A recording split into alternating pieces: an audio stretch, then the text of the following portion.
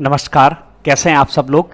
आप लोग अच्छे होंगे और तैयारी आप लोगों की स्कूल व्याख्याता की बहुत बेहतर चल रही होगी, इसी प्रकार की आशा के साथ में जे रूसो, जैसा कि थंबनेल में आप लोगों को दिखाई दे रहा है, जे रूसो के टॉप एमसीक्यूज जो किसी न किसी परीक्षा में ये प्रश्न आ चुके हैं, चाहे वो स्कूल व्याख्याता हो, चाहे वो कॉलेज व्याख्याता हो, चाहे नेट हो, चाहे और भी कई एग्जाम के प्रश्न आप लोगों के साथ में लेकर आए हैं।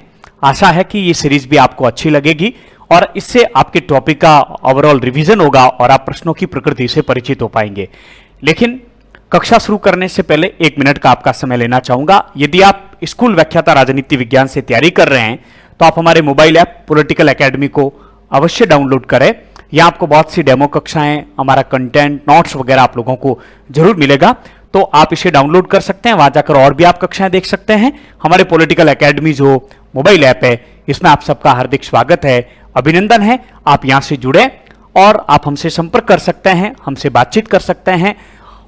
हम आपकी स्कूल व्याख्याता की तैयारी में एक सारथी की भूमिका निभा सकते हैं, आपका मार्गदर्शन कर सकते हैं। उसके लिए जरूरी है कि आप मोबाइल ऐप में जाए, वहां डेमो कक्षाएं देखें, आप कंटेंट वहां पर देखें। आपको यदि बेहतर लगे तो आप हमसे संपर्क कर सकते हैं। आइए, आपका समय जो कि बहुत कीमती है, उस बात का मुझे हमेशा आभास रहता है। आइए हम उन प्रश्नों के ऊपर चर्चा करते हैं। पहला ही प्रश्न जैसा कि आप लोगों को सामने है कि रूसो के सामाजिक समझौते के बारे में क्या सत्य है। आप जानते हैं कि हॉब्स, लॉक, रूसो तीनों ने सामाजिक समझौता सिद्धांत दिया था। चूंकि हम जीन जैक्स रूसो के बारे में बात कर रहे हैं, तो रूसो के सामाजिक समझौते में के संदर्भ में कौन सी बात सत्य है? पहला, मनुष्य प्राकृतिक स्वतंत्रता प्राप्त करता है।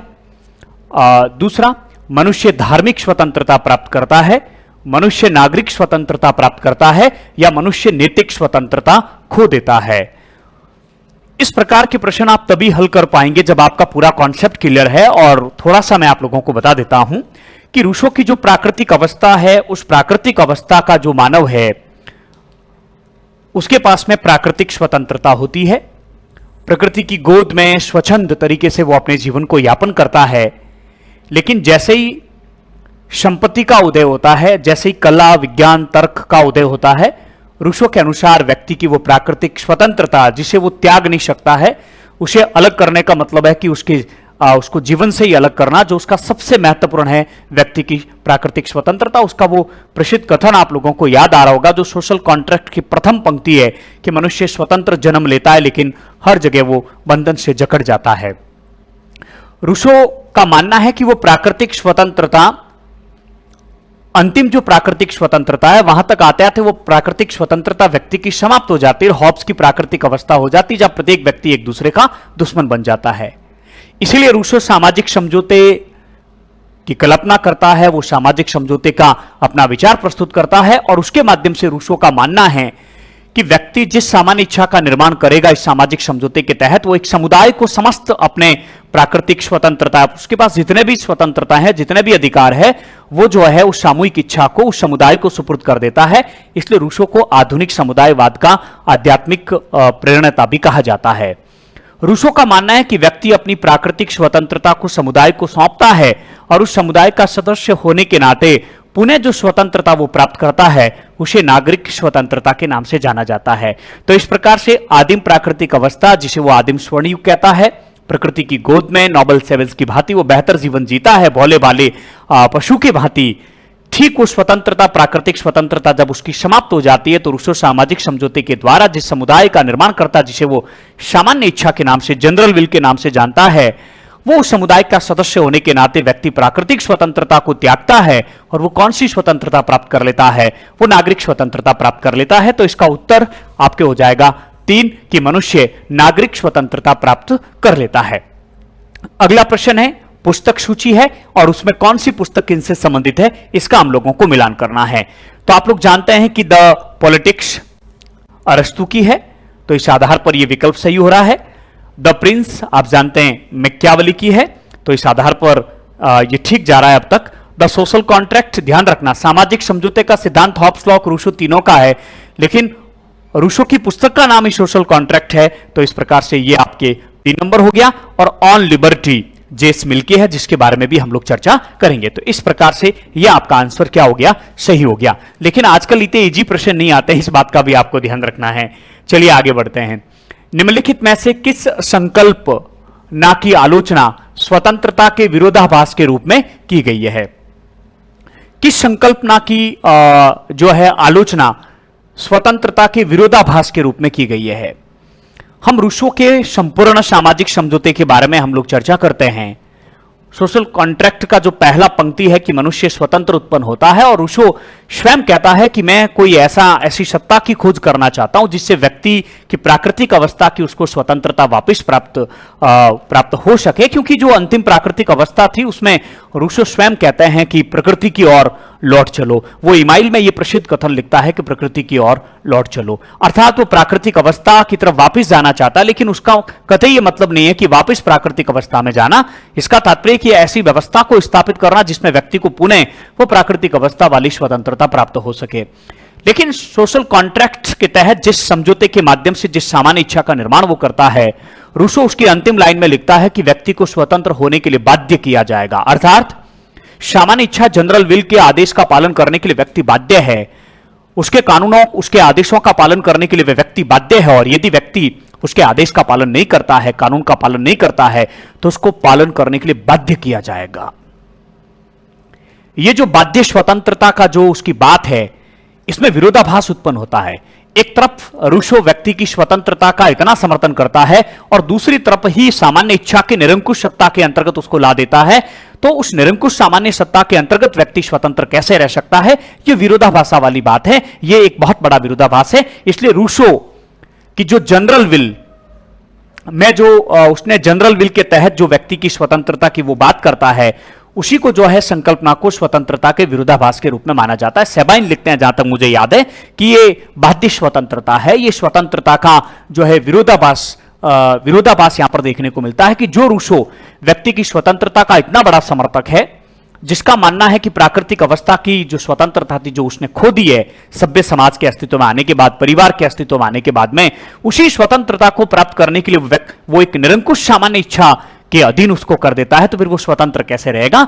हालांकि रूसो का इसके पीछे जो तर्क है वो तर्क यह है कि सामान्य इच्छा आदर्श इच्छाओं का समुच्चय है जो परोपकार से संबंधित है, जनित से संबंधित है, वो सामान्य जन से संबंधित है। अर्थात सामान्य इच्छा कभी गलत हो ही नहीं सकती, वो दोषातीत है, क्योंकि वो स्वयं की इच्छा ही है उसकी, और स्वयं की इच्छा का व्यक्ति विरोध नहीं कर सकता है। तो इसका आंसर आपके हो जाएगा रूसो का जनरल विल।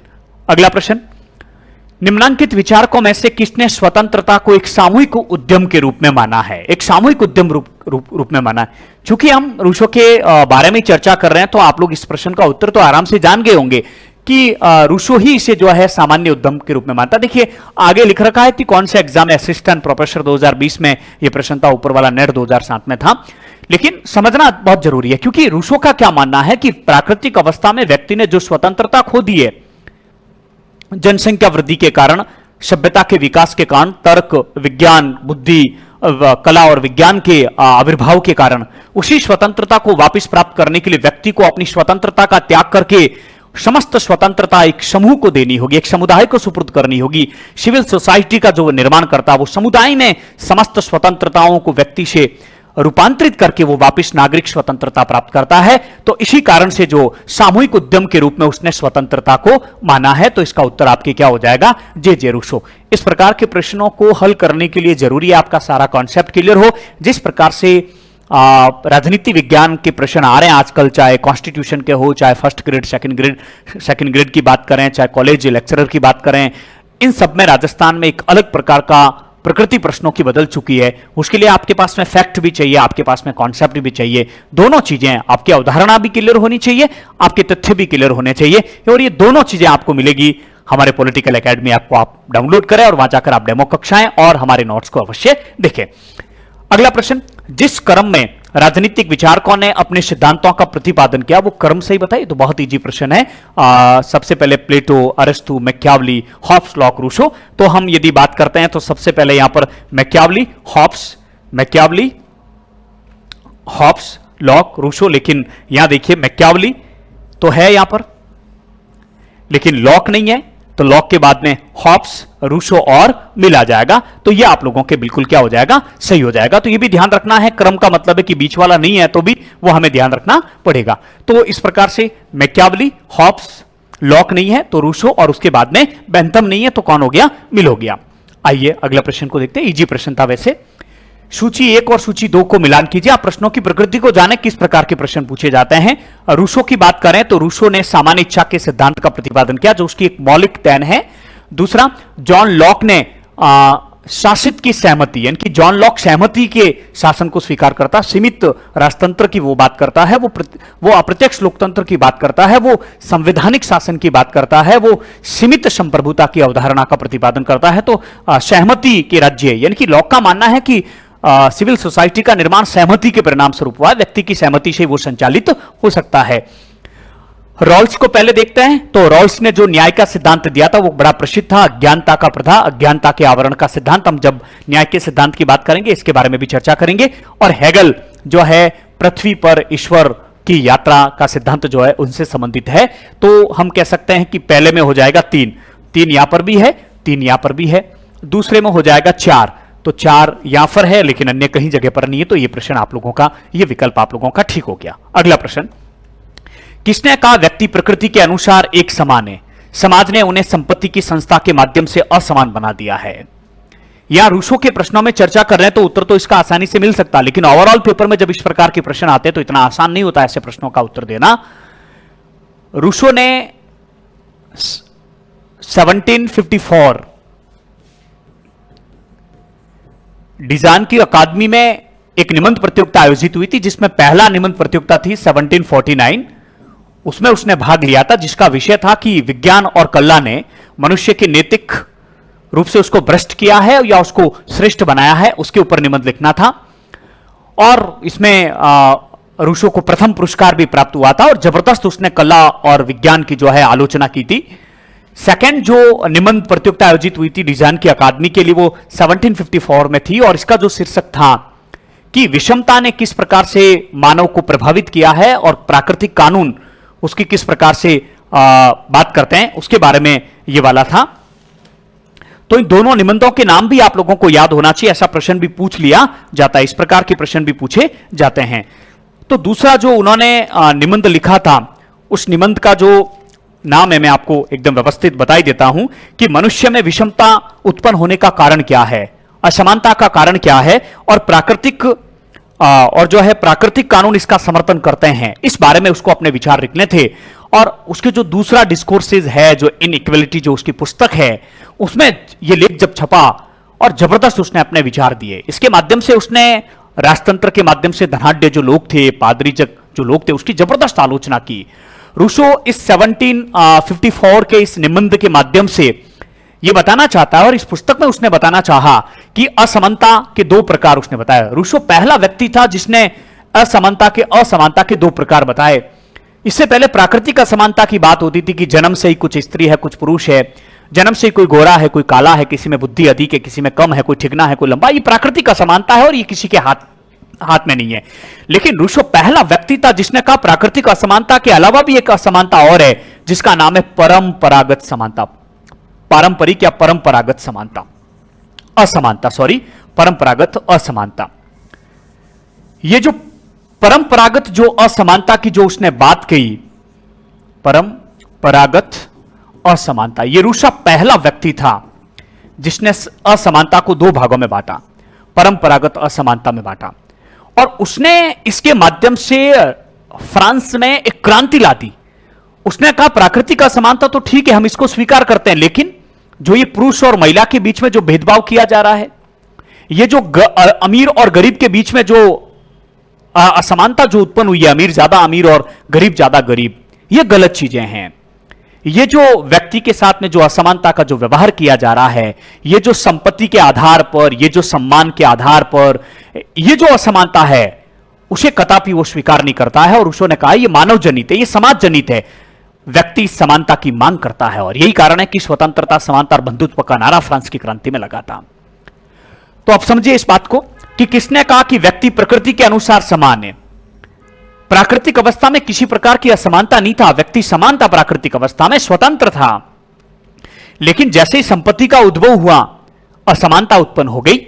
समाज में उन्हें संपत्ति की संस्था के माध्यम से असमान बना दिया गया। संपत्ति के प्रादुर्भाव के बाद में ही, यानी वो पहला व्यक्ति जिसने जमीन के टुकड़े पर अधिकार कहा कि ये मेरी है, जब निजी संपत्ति अस्तित्व में आ जाती है तो कुछ लोग अमीर और कुछ लोग गरीब हो जाते हैं।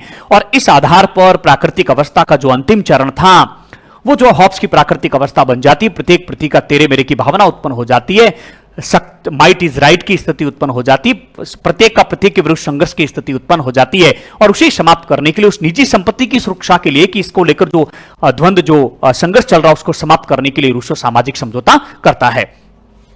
तो इस आधार पर ये इसका आंसर कौन सा हो जाएगा? रूसो। एक और बात आप लोगों के साथ साझा कर देता हूं वापिस, कि लॉक और रूसो दोनों ने संपत्ति की सुरक्षा के लिए, निजी संपत्ति के संरक्षण के लिए सामाजिक समझौता किया था। इस बात को आप लोगों को ध्यान में रखना। लेकिन रूसो की प्राकृतिक अवस्था में संपत्ति का कोई प्रावधान नहीं है। हॉब्स की प्राकृतिक अवस्था में निजी संपत्ति नहीं है, लेकिन लॉक की प्राकृतिक अवस्था में संपत्ति उसका सबसे महत्वपूर्ण प्राकृतिक अधिकार है। इन बातों का भी आप लोगों को ध्यान रखना होगा। चलिए आगे बढ़ते हैं। अतिकल्पना के आविष्कार के रूप में प्राकृतिक अधिकार को किसने दोषी पाया? यानी जो प्राकृतिक अधिकार, जो व्यक्ति के पास विशेष रूप से जो स्वतंत्रता का अधिकार था, वो स्वतंत्रता का अधिकार कब समाप्त हो जाता? जब व्यक्ति, परिवार का उदय हो जाता, पितृसत्तात्मक जो चरण है, जब सभ्य समाज अस्तित्व में आ जाता, जब निजी संपत्ति का अस्तित्व आ जाती, जब व्यक्ति तर्क करने लगता, जब विज्ञान कला का विकास हो जाता है, जब व्यक्ति में विवेक और बुद्धि आ जाती है, तब जो है यह अधिकार का दोषी हो जाता है। तो अतिकल्पना के आविष्कार के रूप में प्राकृतिक अधिकारों को किसने दोषी पाया था? रूसो ने दोषी पाया था। इसका आंसर यह होगा। ये चीजें आप लोगों को समझनी होगी और उसके लिए आपका कॉन्सेप्ट पूरा क्लियर होना चाहिए। नेक्स्ट देखिए, निम्नांकित को कालक्रमानुसार क्रम में व्यवस्थित करें और नीचे दिए गए कूट के आधार पर सही उत्तर दीजिए। काफी अच्छा प्रश्न है ये भी, आप लोग इसको हल करने की कोशिश करें। देखें तो निम्नांकित कालक्रम में व्यवस्थित करें और नीचे दिए गए कूटों के अनुसार उचित कीजिए।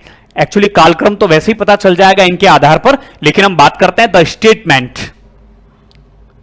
द स्टेटमेंट आप जानते हैं कि प्लेटो की पुस्तक है, उसके बाद में एमिल जो कि रूसो की पुस्तक है, और आप लोग जानते हैं कि इमेल जो है वो 1762 में उसने लिखी थी। सोशल कॉन्ट्रैक्ट और दोनों एक ही वर्ष लिखी गई। ये शिक्षा पर लिखा गया एक ग्रंथ था, और इसी ग्रंथ में उसने कहा कि रिपब्लिकन शिक्षा पर लिखा गया सर्वश्रेष्ठ ग्रंथ है। आपको यह भी याद दिला देते हैं कि इसी ईमेल में उसने लिखा कि ईश्वर सबको ठीक बनाता, लेकिन मनुष्य ही है जो बुरा बन जाता है। इनकी प्राकृतिक अवस्था में व्यक्ति बहुत अच्छा था, भोला था, नोबल सेवेज था। इसी में वो लिखता है कि प्रकृति की ओर लौट चलो। इसमें उसने धार्मिक शिक्षा का विरोध किया, इसी कारण से उसके गिरफ्तारी के आदेश भी निकल गए थे। आर्ट ऑफ वार मैकियावेली की पुस्तक है, और ए फ्रेगनेट ऑफ गवर्नमेंट ये बेंथम की है। ये तो एकदम व्यवस्थित दे रखी है। अब इनके क्रम के अनुसार यदि हम बात करें तो सबसे पहले प्लेटो है, इसमें कोई देखने की बात नहीं है। नंबर 2 रूसो है, उसके बाद में मैकियावेली है, और नंबर 4 बेंथम आता है। तो इसके आधार पर ही एक मिनट, सबसे पहले प्लेटो है, नंबर 2 मैकियावेली, नंबर 3 रूसो और नंबर 4 बेंथम। तो काफी इजी प्रश्न है, लेकिन प्रश्नों की प्रकृति की आपको जानकारी होनी चाहिए, कैसे प्रश्नों को किस प्रकार से करना है, क्योंकि कालक्रम के अनुसार बात कर रहा है। पुस्तकें तो ये इनकी सेम ही है बिल्कुल। तो सबसे पहले ए आएगा, उसके बाद में आपके जो है डी आएगा, उसके बाद में आपके बी आएगा और सी आएगा। ये बहुत इजी प्रश्न था, आपके हल हो गया। चलिए अगले प्रश्न की तरफ हम आगे बढ़ते हैं। रूसो की निम्नांकित कृतियों को कालक्रमानुसार क्रम में व्यवस्थित कीजिए, नीचे दिए गए कूटों के सही उत्तर लिखिए। इस प्रश्न के माध्यम से आपको यह सबक लेना है कि जो पुस्तकें हैं उनका क्रम भी पूछा जाता है। तो आपकी उन पुस्तकों का कब वो प्रकाशन में आई, कब लिखी गई, ये वर्ष भी आप लोगों को याद होने चाहिए। पुस्तकें तो याद होनी चाहिए, उनके वर्ष भी याद होने चाहिए, क्योंकि इस प्रकार के प्रश्न पूछ लिए तो आपको ये तो पता ही है कि सारी पुस्तकें किसकी है, रूसो की है। ये तो बहुत सामान्य बात हो गई। लेकिन अब कौन सी पुस्तक कब की है, ये बहुत महत्वपूर्ण है, ध्यान रखना। तो आइए देखते हैं। द सोशल कॉन्ट्रैक्ट ये 1762 में इसकी उसने रचना की थी। इसी वर्ष उसने इमाइल की रचना की थी। इसी वर्ष 1762 में जो उसकी शिक्षा पर लिखा गया एमिल या इमाइल जो ग्रंथ है उसकी रचना हुई थी। A discourses on the arts and science ये अभी मैं चर्चा कर चुका हूं कि 1749 में डिजान की अकादमी के लिए जो उसने निबंध लिखा और वही निबंध उसके इस पुस्तक के रूप में प्रकाशित हुआ था। और a discourses on the origin of inequality, ये जो 1754 में जो डिजान की अकादमी के लिए दूसरा जो निबंध प्रतियोगिता हुई उसमें निबंध लिखा था और उसके निबंध का शीर्षक मैंने अभी आप लोगों के सामने चर्चा की। और प्रथम और दूसरा निबंध इन दोनों पुस्तकों में उसके प्रकाशित भी हुआ था। इसको प्रथम डिस्कोर्सेस भी कहा जाता है और उसको द्वितीय डिस्कोर्सेस भी कहा जाता है। अब देखिए इस प्रश्न को हल करने की हम कोशिश करते हैं। 1749 यानी कि ये आ जाएगा आपके 1 नंबर पे और ये आ जाएगा आपके 2 नंबर पर। एक बार इससे देखते हैं तो सबसे पहले बी, ये आ गया आपके बी, उसके बाद में डी, ये आ गया डी, उसके बाद में आपके सी, ये आ गया सी, और उसके बाद में ए। तो कहने का मतलब है कि दोनों ये एक ही वर्ष में लिखी गई, लेकिन एमाइल पहले और सोशल कॉन्ट्रैक्ट उसके बाद में। हालांकि एक ही वर्ष में प्रकाशित होने वाली पुस्तकों को क्रम में दिया नहीं जाता, लेकिन यहां दे दिया। लेकिन विकल्प भी जब एक ही है तो ये प्रश्न स्वाभाविक रूप से ठीक हो जाएगा, सही हो जाएगा। लेकिन पहले एमिल और उसके बाद में दी सोशल कॉन्ट्रैक्ट। तो न केवल आपको पुस्तकें याद होनी चाहिए बल्कि इनके वर्ष भी आप लोगों को याद रखने चाहिए। अगला, सहभागी लोकतंत्र के विचार का अभ्युदय किसके साथ हुआ था? सहभागी लोकतंत्र यानी कि हम कह सकते हैं कि प्रत्यक्ष लोकतंत्र, जिसमें जनता ही अपने प्रतिनिधियों, जनता प्रतिनिधि के रूप में काम नहीं करे। आप जानते हैं कि जहां जॉन लॉक प्रतिनिधियात्मक लोकतंत्र के समर्थक थे, आप ये जानते हैं कि रूसो प्रत्यक्ष लोकतंत्र का समर्थक था। उसने कहा कि सामान्य इच्छा अदेयी है, सामान्य इच्छा का प्रतिनिधित्व नहीं दिया जा सकता है। सामान्य इच्छा में ही संप्रभुता नीत है और संप्रभुता अदेय होती है, विधायी शक्ति जो कि सबसे महत्वपूर्ण शक्ति मानी। हालांकि लॉक और रूसो दोनों के लिए विधायी कार्य महत्वपूर्ण है, विधायी का महत्वपूर्ण है। लेकिन जहां रूसो विधायी कार्य व्यवस्थापिका को प्रतिनिधित्व के रूप में सुपुर्द कर देता है, वो संसदीय शासन व्यवस्था जो ब्रिटेन की थी, प्रतिनिधियात्मक जो शासन है उसको स्वीकार करता है, लेकिन रूसो इस बात का जबरदस्त विरोध करता है। रूसो का कहना है कि प्रत्यक्ष लोकतंत्र ही सही है, जनता खुद उस समुदाय का सदस्य होने के नाते वो कानून खुद बनाएगी, उन कानून निर्माण की शक्ति आप किसी अन्य को सौंप नहीं सकते हैं। रूसो एक बात और कहते हैं कि कार्यकारिणी शक्ति और न्यायिक कार्य आप किसी को दे सकते हैं, सरकार को दिए जा सकते हैं, जो कि रूसो के अनुसार सामान्य इच्छा के सिविल सोसाइटी की एज ए प्रतिनिधि के रूप में, एज ए हम कह सकते हैं कि एजेंट के रूप में, वो अभिकर्ता के रूप में कार्य करती है, लेकिन विधायी कार्य नहीं सौंपे जा सकते हैं। इसलिए वो जन सहमति, लोकप्रिय संप्रभुता का प्रतिपादन करता है। जो संप्रभुता जनता में नीत है वो प्रत्यक्ष लोकतंत्र का समर्थक है। इस प्रकार से वह सहभागी लोकतंत्र के विचार का अभ्युदय रूसो के साथ में होता है। इस बात का भी आप लोगों को ध्यान रखना है। हालांकि एक चिंतक है जिनका नाम है फ्रीमैन, उनका कहना है कि रूसो लोकप्रिय संप्रभुता का प्रथम समर्थक नहीं था, वो पहला समर्थक नहीं था, ऐसा फ्रीमैन का भी कहना है। लेकिन सहभागी लोकतंत्र यानी जनता स्वयं कानून बनाएगी, कानून बनाने की कार्य हम किसी प्रतिनिधि संस्था को नहीं सौंप सकते हैं। वो इंग्लैंड के प्रतिनिधियात्मक लोकतंत्र संसदीय शासन व्यवस्था का आलोचना करते हुए कहता है कि इंग्लैंड के लोग वर्ष में केवल 5 साल में केवल एक बार ही स्वतंत्र होते हैं, जब वो अपने चुनाव करते हैं, लेकिन चुनाव के ठीक बाद में वापस वो गुलाम हो जाते हैं, क्योंकि सामान्य इच्छा कानून बनाने की शक्ति जो है किसी को सौंपी नहीं जा सकती। तो प्रतिनिधियात्मक लोकतंत्र का विरोधी था, वो प्रत्यक्ष लोकतंत्र का समर्थक था। उसका मानना था कि जनता खुद ही कानून बनाए। तो इस आधार पर इस प्रश्न का उत्तर आपके रूसो हो जाएगा। अगला, निम्नलिखित में से किसने रूसो के बारे में कहा कि तर्क का उत्साही धर्मदूत, उन्होंने अविवेक के काल के लिए राह प्रशस्त करने हेतु अधिकांश से अधिक किया? देखिए रूसो, ये जो उसका पहला जो निबंध था 1749 का, a discourses on the arts and science, ये जो उसकी पुस्तक है, उसमें उसने कला और विज्ञान पर जबरदस्त प्रहार किए। उसने कहा कि मनुष्य को नैतिक रूप से पथभ्रष्ट किया है कला और विज्ञान की उन्नति ने। उसने कहा कि तर्क, जो व्यक्ति तर्क करना सीख जाता है वो विचारशील पशु, पतित पशु है, बुरा पशु है। जिसने तर्क करना सीख लिया, जिसमें विवेक और बुद्धि आ गई है, कला और विज्ञान और सभ्यता के विकास के कारण व्यक्ति भ्रष्ट हो जाता है, वो पशु के समान हो जाता, पतित पशु हो जाता, बुरा पशु बन जाता है। उसमें स्वार्थ की भावना आ जाती है और नैतिक रूप से व्यक्ति को भ्रष्ट कर देती है कला और विज्ञान। इस आधार पर उसने तर्क का जबरदस्त विरोध किया। उसने प्रबोधन काल की आलोचना की, समालोचना की। उसने कला और विज्ञान, वो वैज्ञानिक पुस्तकों का बड़ा विरोधी था। उसने कहा इनको त्याग देना चाहिए। उसने तर्क का विरोध किया, तर्क के प्रति विद्रोह किया उसने।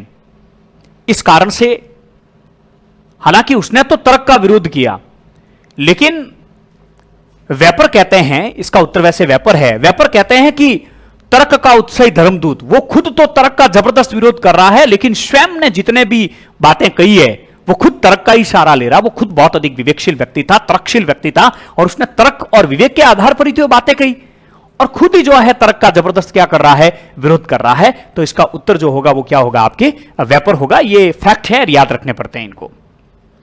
अगला, सूची 1 और सूची 2 को मिलान कीजिए। बहुत अच्छा प्रश्न दिया नेट 2015 में।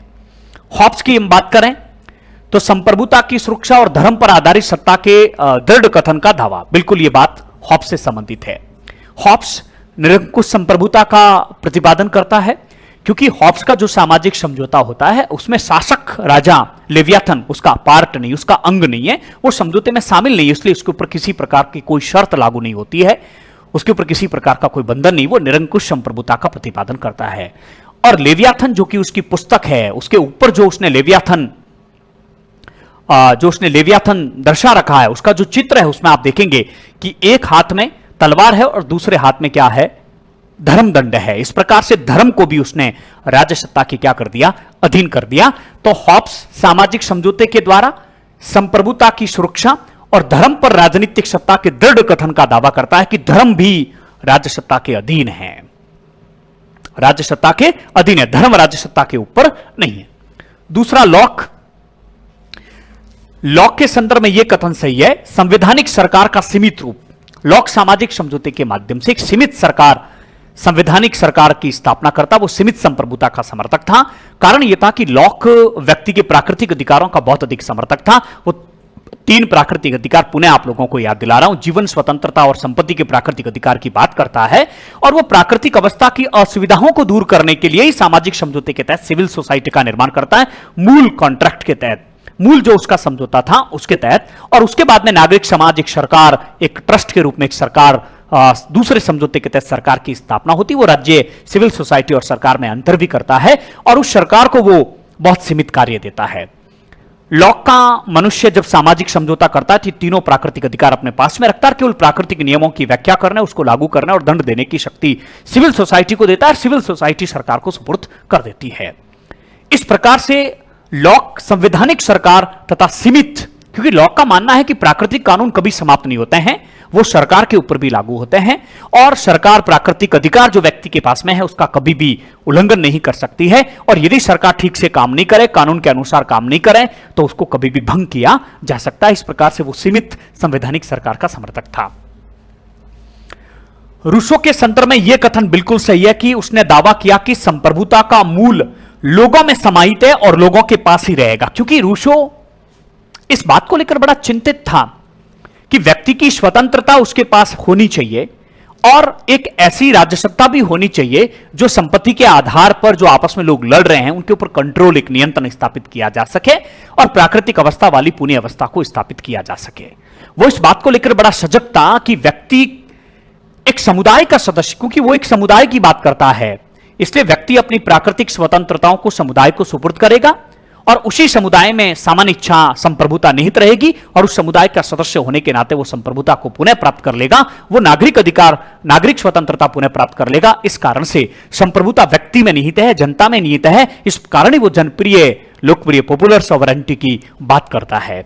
तो उसने दावा किया कि संप्रभुता मूल लोगों में समाहित है और लोगों के पास ही रहेगी, इसलिए तो वो कहता है कि विधायी कार्य आप प्रतिनिधि संस्था को नहीं दे सकते हैं। और आप जानते हैं कि जेस मिल स्वतंत्रता का पुजारी था, व्यक्ति के विचार और अभिव्यक्ति की स्वतंत्रता का उसने जबरदस्त समर्थन किया। जेस मिल यहां तक कह देते हैं कि एक व्यक्ति का विचार भी यदि अलग है तो उसे सुनना जरूरी है, उसकी बात को आप दबा नहीं सकते हैं। तो पहले में ए यहां पर, ये तो फर्स्ट ए में फर्स्ट, ठीक है, यहां है, यहां पर भी है, ठीक है, नंबर 2।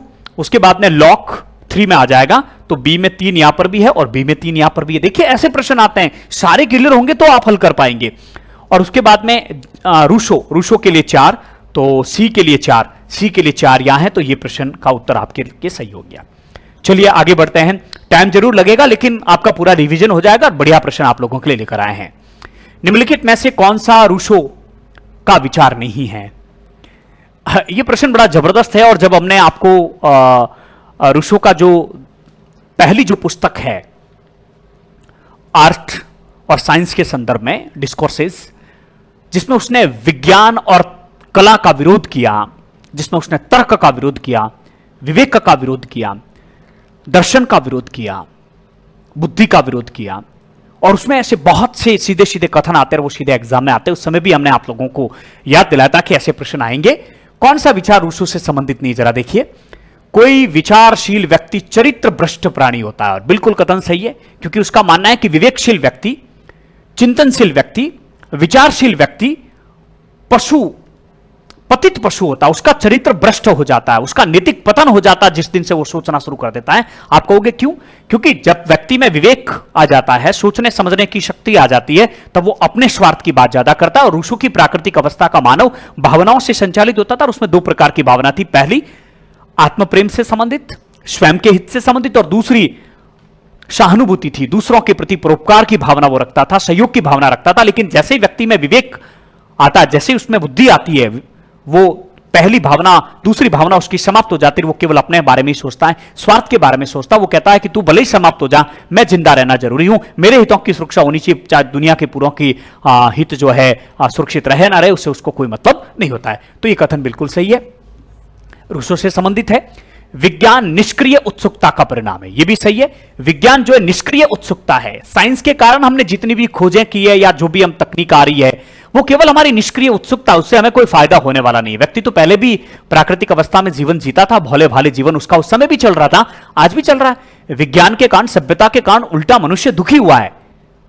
रूसो के अनुसार इस विज्ञान के, कला के आने के कारण व्यक्ति सुखी नहीं हुआ, उल्टा दुखी हुआ है।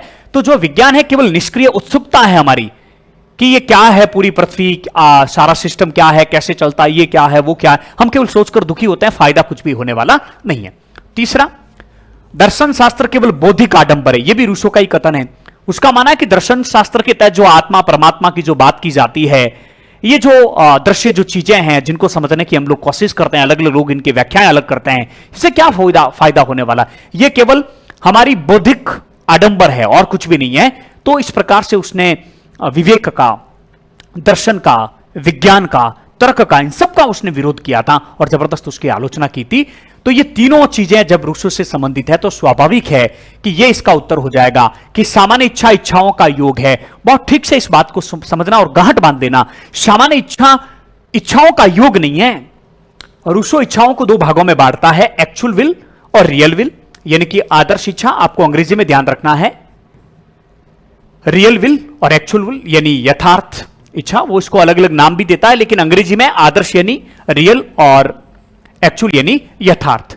ये जो व्यक्ति की जो रियल विल है वो परोपकार से संबंधित होती है और ये व्यक्ति के स्वार्थ से संबंधित होती है। तो ये जो परोपकार से, जनहित से संबंधित, जिसमें वो समाज हित के बारे में सोचता है, उन्हीं इच्छाओं का, आदर्श इच्छाओं का, रियल विल का समुच्चय है जो परोपकार से संबंधित है। वो रूसो की जो है जनरल विल है, वो उसकी जो है आदर्श जो है वो उसकी सामान्य इच्छा है, ध्यान रखना। तो सामान्य इच्छा का योग यानी कि सामान्य इच्छा इच्छाओं का योग नहीं है। इवन रूसो तो यहां तक कह देता है कि एक व्यक्ति की इच्छा भी सामान्य इच्छा हो सकती, शर्त यही कि वो परोपकार से संबंधित होनी चाहिए, जनहित से संबंधित होनी चाहिए। इसी कारण तो वो निरंकुशता उसमें शामिल हो जाती है। तो आपका आराम से कॉन्सेप्ट क्लियर हुआ होगा। आइए एक और सूची को मिलान करने का प्रश्न है।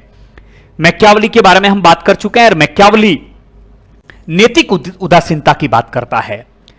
मैकियावली ने राजनीति से नैतिकता को बाहर फेंक लिया। वो राजा को स्पष्ट कहता है कि जब राज्य का हित हो तब नैतिकता अनैतिकता कोई मायने नहीं रखती है, राज्य हित में राजा कुछ भी कर सकता है। उस समय यह नहीं सोचना चाहिए कि क्या सही है क्या गलत है, उसमें शेर और लोमड़ी दोनों का गुण होना चाहिए। तो नैतिकता को बिल्कुल महत्व नहीं दिया किसने, मैकियावली ने, अपने प्रिंस को, अपने राजा को, जब उसको वो बात कहता है। हॉब्स जो है आत्म परीक्षण की वृत्ति है, उसमें आत्म परीक्षण का मतलब वो जीवन, आत्मरक्षा को बहुत अधिक महत्व देता है। हॉब्स का मानव आत्मरक्षा की बात करता है, वो जीवन की सुरक्षा के लिए जो है सामाजिक समझौता करता है। लॉक जो है संपत्ति को प्राकृतिक अधिकार मानता है। आप जानते हैं कि संपत्ति के प्राकृतिक अधिकार में ही वो जीवन और स्वतंत्रता के अधिकार को समाहित समझता है। और अंततः स्वतः ही मिल गया आप लोगों के रूसो, और रूसो की अभी हमने बात की, वो तर्क के प्रति क्या करता है, विद्रोह करता है। तो ये चीजें निकालनी पड़ेगी आपको, सब कॉन्सेप्ट आपके क्लियर होंगे, सारे पश्चिमी विचार का पढ़ेंगे तभी ऐसे प्रश्नों के उत्तर आप दे पाएंगे। तो मैकियावली का 2 नंबर हो गया, तो 2 नंबर यहां है, एक में और कहां है, यही है, तो बेसिकली यही इसका ठीक हो जाएगा। चलिए आगे बढ़ते हैं। किसने रूसो को अधिनायकवादी लोकतंत्री बताया था? किसने रूसो को लोकतांत्रिक अधिनायकवादी बताया? इस प्रश्न का उत्तर होगा जैकब टॉलमॉल। टॉलमॉल ने उसकी जो रचना है, उस रचना के अंदर उसने जो है रूसो को अधिनायकवादी लोकतांत्रिक बताया। अधिनायकवादी लोकतांत्रिक बताने का कारण क्या था? उसके बताने का कारण था कि जिस सामान्य इच्छा की वो बात करता है वो वास्तव में लेवियाथन का सर कटाई तो है, क्योंकि जहां हॉब्स एक व्यक्ति में निरंकुश सत्ता सौंपता है, वहीं पर रूसो जो है सामान्य इच्छा में निरंकुश सत्ता सौंपता, जिसके आदेश की अवहेलना कोई भी नहीं कर सकता है। और व्यक्ति यदि यदि उसके आदेश के पालन नहीं करता है तो उसको स्वतंत्र होने के लिए क्या किया जाएगा? बाध्य किया जाएगा। जो टॉलमॉन की जो पुस्तक है द ओरिजिन्स ऑफ टोटेलियन डेमोक्रेसी, उसमें वो ये बात कहता है और उसमें ये इस बात का भी उल्लेख करता है कि रूसो 20वीं सदी का निरंकुशतावादियों का, इनके सर्वाधिकारवाद का बौद्धिक पिता है। रूसो 20वीं सदी का सर्वाधिकारवाद का बौद्धिक अग्रदूत भी उसको टॉलमॉन ही कहता है, और उसको जो है अधिनायकवादी लोकतांत्री भी टॉलमॉन ही कहता है। उसकी जो पुस्तक है द ओरिजिन्स ऑफ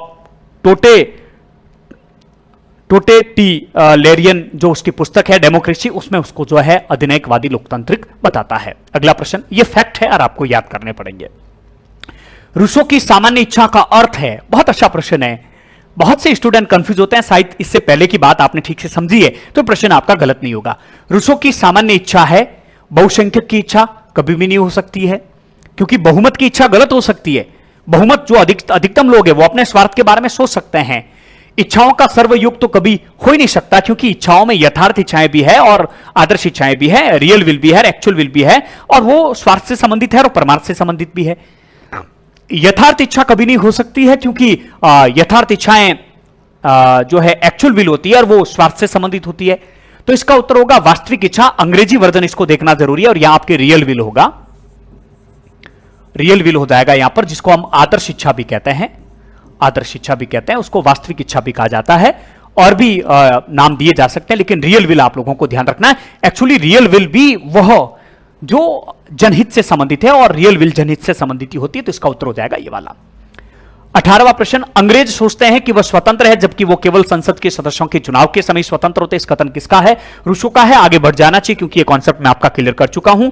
ये भी हम बात कर चुके हैं कि प्राकृतिक और परंपरागत असमानता के बीच किसने विभेद किया था? रूसो ने किया था। रूसो पहला व्यक्ति था जिसने विषमता के संदर्भ में जो उसने दूसरा लेख लिखा था 1754 में, जो निबंध लिखा था, और उसकी जो सेकंड जो डिस्कोर्सेस जो पुस्तक है इनइक्वालिटी, उसमें इसको जो है 2 भागों में विभाजित करता है, असमानता को, विषमता को, एक प्राकृतिक असमानता और दूसरी परंपरागत असमानता। वो स्पष्ट कहता है कि प्राकृतिक असमानता की कोई बात नहीं करता, क्योंकि वो प्रकृति द्वारा निर्धारित है, लेकिन ये जो परंपरागत जो असमानता है ये समाज द्वारा जनित है, ये समाप्त होनी चाहिए, और इसी कारण तो फ्रांस की क्रांति हो जाती है। अगला, सूची मिलान कीजिए। यह प्रश्न है नेट 2022 का लेटेस्ट प्रश्न है। देखिए, हॉब्स निरंकुशतावाद की बात करता है, वो निरंकुश राजतंत्र की बात करता है। हालांकि रूसो भी निरंकुशता की बात करता है, लेकिन सामान्य इच्छा की आड़ में वो बात करता है। तो यहां हॉब्स जो है निरंकुशतावाद की बात करता है, क्योंकि जो राजा है उसके समझौते का पार्ट नहीं है। लॉक जो है संवैधानिक शासन की बात करता है, क्योंकि वो कानून को बहुत अधिक महत्व देता है। सीमित सरकार की वो बात करता है। रूसो जो है लोकप्रिय संप्रभुता का प्रतिपादन करता है, क्योंकि उसका मानना है कि सामान्य इच्छा जो है उसमें जनता की ही वो इच्छा है, जनता की आदर्श इच्छाओं का ही समुच्चय है, और समुदाय का स्तर से होने के नाते वो सामान्य इच्छा जनता में ही निहित होती है, इसलिए वो लोकप्रिय पॉपुलर सॉवरेंटी की बात करता है। और जॉन स्टुअर्ट मिल आनुपातिक प्रतिनिधित्व की बात करता है। देखिए, चुनाव के 2 तरीके हैं, फास्ट द पोस्ट, जो सबसे आगे वही जीता, अग्रता ही विजेता, पहले खंबा छूने की नीति। एक तो यह है जिससे हमारे भारत की यदि बात करें तो विधानसभा लोकसभा के चुनाव होते हैं, हमारे पंचायती राज के चुनाव होते हैं। दूसरा चुनाव का तरीका है आनुपातिक प्रतिनिधित्व। इसके 2 तरीके हैं जिसमें हम बात करते हैं, एक तो हम बात करते हैं एकल संक्रमणीय मत पद्धति, और दूसरा है सूची प्रणाली।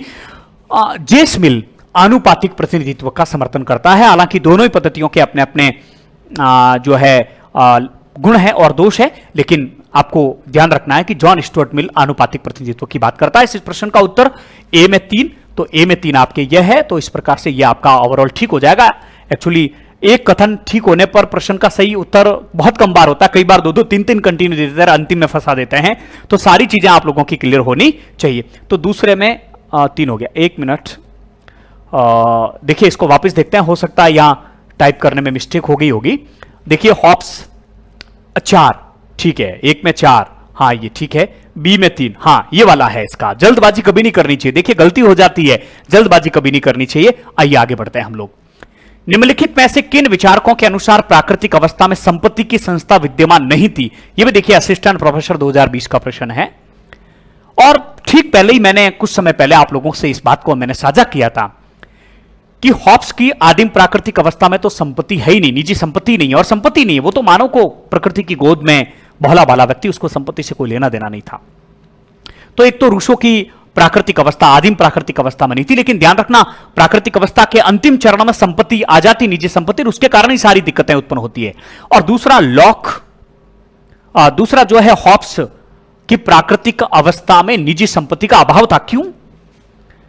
क्योंकि मनुष्य का जीवन ही इस तरह नहीं था। आज मेरे पास जो है सुबह रहेगी नहीं रहेगी उसका कोई ठिकाना नहीं था, क्योंकि वहां तो पाश्विक प्रवृत्ति थी, आसुरी प्रवृत्ति थी। व्यक्ति अपने जीवन को बचाने के लिए, अधिक से अधिक संपत्ति प्राप्त करने के लिए किसी के ऊपर हमला कर सकता था, किसी को मार सकता था, किसी को भी नुकसान पहुंचा सकता था। तो निजी संपत्ति का अस्तित्व ही नहीं था। और उसी निजी संपत्ति को सुरक्षित रखने के लिए ही तो उसी जो है निजी संपत्ति के कारण जो संघर्ष उत्पन्न होता है और जीवन व्यक्ति का खतरे में रहता है, इसलिए वो जीवन और आत्मरक्षा की सुरक्षा के लिए हॉब्स जो है शांति स्थापित करने के लिए जो है सामाजिक समझौता करता है। तो ध्यान रखना लॉक और रूसो दोनों की प्राकृतिक अवस्था में इस प्रश्न का उत्तर की यदि हम बात करें तो निम्नलिखित में से किन विचारकों की प्राकृतिक अवस्था में संपत्ति की संस्था विद्यमान नहीं है? तो लॉक के हैं, क्योंकि लॉक तो संपत्ति के अधिकार को सबसे महत्वपूर्ण अधिकार मानता है, वो 3 प्राकृतिक अधिकार बनाता है, बताता है। उसका उत्तर हो जाएगा रूसो और हॉब्स। तो रूसो और हॉब्स यानी ए और सी, यहां खैर विकल्प इस प्रकार से दे दिए हैं, कोई बात नहीं, या 1 कर लेते हैं, या 3 कर लेते हैं, या 2 कर लेते हैं, 1 2 3। तो 1 और 3 जहां है वो इसका सही उत्तर होगा, 1 और 3, तो ये इसका उत्तर हो जाएगा। तो हॉब्स और रूसो की प्राकृतिक अवस्था में संपत्ति की संस्था विद्यमान नहीं थी, जबकि लॉक तो बहुत ठीक से याद रखना संपत्ति के अधिकार का बहुत बड़ा समर्थक था, वो तो जीवन और स्वतंत्रता के अधिकार को भी इसमें समाहित मानता था। निम्नलिखित में से किसने discourses on the moral effect of the arts and science, ये शीर्षक जीन जैक्स रूसो का है, चर्चा हम कर चुके हैं 1749, ठीक है। इमाइल के लेखक कौन है? रूसो है, चर्चा कर चुके हैं।